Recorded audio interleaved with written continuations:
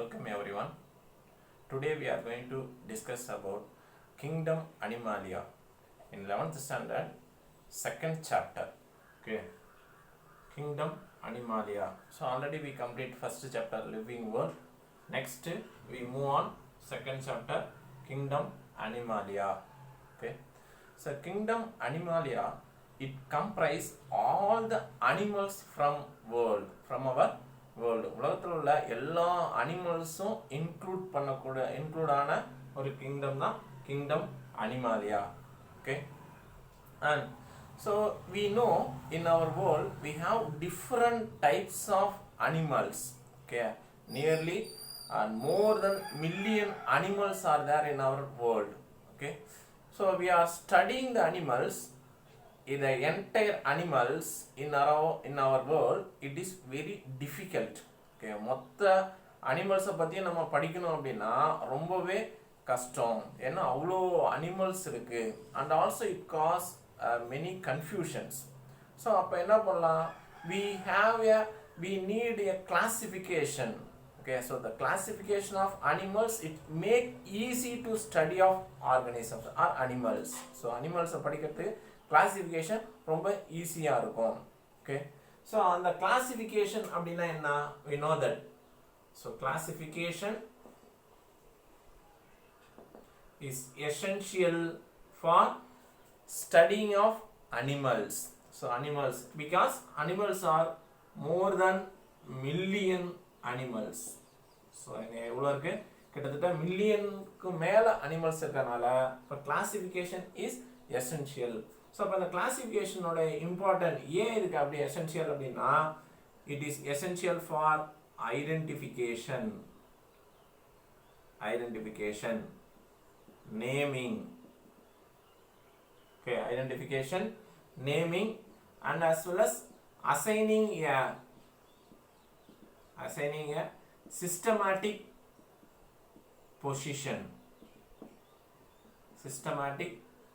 position of organisms. Okay, so it is the most important for studying of animals. So animals படிக்கணும் அப்படின்னா classification ரொம்ப முக்கியம். So identify பண்ணுறது, naming, and as well as assigning a systematic position, because in every year the new organisms are discovered. ஒவ்வொரு வருஷமும் புது புது ஆர்கனைஸை கண்டுபிடிச்சிக்கிட்டே இருக்கும். ஸோ அப்போ இது ரொம்ப இம்பார்ட்டன்ட்.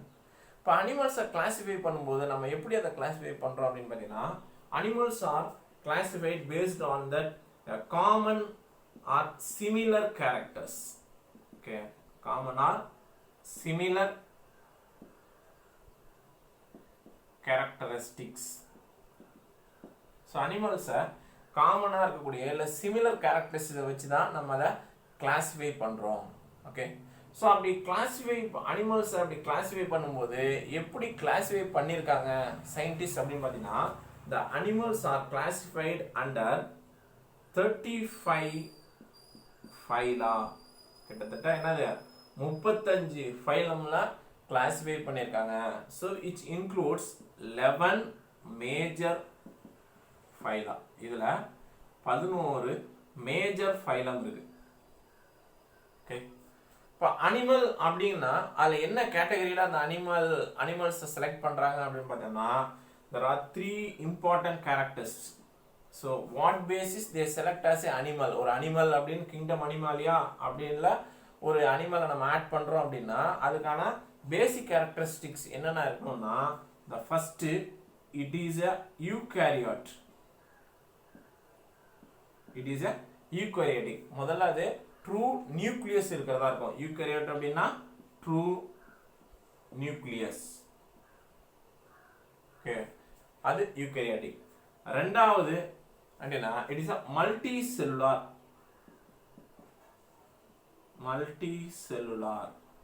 ஓகே, இது வந்து மல்டி செல்லுலார் ஆர்கனிசமாக இருக்கணும். ஓகே, மல்டி செல்லுலார் அப்படின்னா என்ன தெரியும், மெனி செல்ஸ், நிறைய செல்ஸ் உள்ள ஆர்கனிசம்ஸ், அப்போதான் அது அனிமல்ஸ் அப்படின்னு நம்ம சொல்லுவோம். மூணாவது, it must heterotrophs. Okay, it's not a autotrophs. தனக்கு தேவையான உணவை தானே தயாரிக்க இயலாத ஆர்கனிசமா இருக்கும். அதான் heterotrophs. It depend other organisms. It depend other organism for their food. Okay, அதான் heterotrophs அப்படின்னு சொல்லுவோம். So these three characters is a basic characters which organisms are select as a animal or kingdom animalia. So kingdom animaliaல ஒரு animal இருக்குன்னா இந்த மூணு character இருந்தால் தான் அதை நம்ம ஆட் பண்ணுவோம். ஸோ அப்படி ஆட் பண்ண ஆர்கனிசத்தை நம்ம கிளாஸிஃபை பண்ணும்போது அதை கிட்டத்தட்ட 35 ஃபைலமாக கிளாஸிஃபை பண்ணியிருக்காங்க. அந்த 35 ஃபைலத்தில் 11 மேஜர் ஃபைலம் அப்படின்னு நம்ம சொல்லுவோம். அதில் இருக்கக்கூடிய the 11 மேஜர் ஃபைலம் என்னென்ன அப்படின்னு பார்த்தோம்னா, okay, the 11 major phyla. Okay, phylum பார்த்தீங்கன்னா ஃபர்ஸ்ட் ஒன், ஓகே, புரோட்டோசோவாங்கிறது சிங்கிள் செல், அது கிங்டம் புரோட்டிஸ்டாவும் இன்க்ளூட் ஆகும். அதனால அது நம்ம இன்க்ளூட் ஆகுது. கிங்டம் அனிமாலியாவில் புரோட்டோசோவா வராது. இங்க porifera, porifera, coelenterata, டீனோபோரா,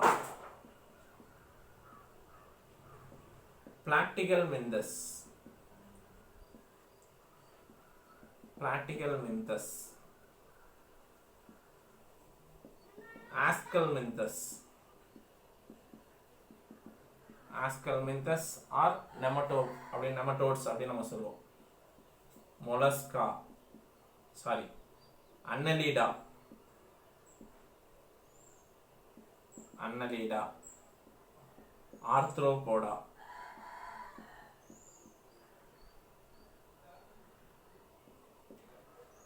Mollusca,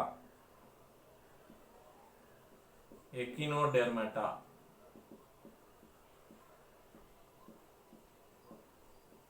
Hemichordata,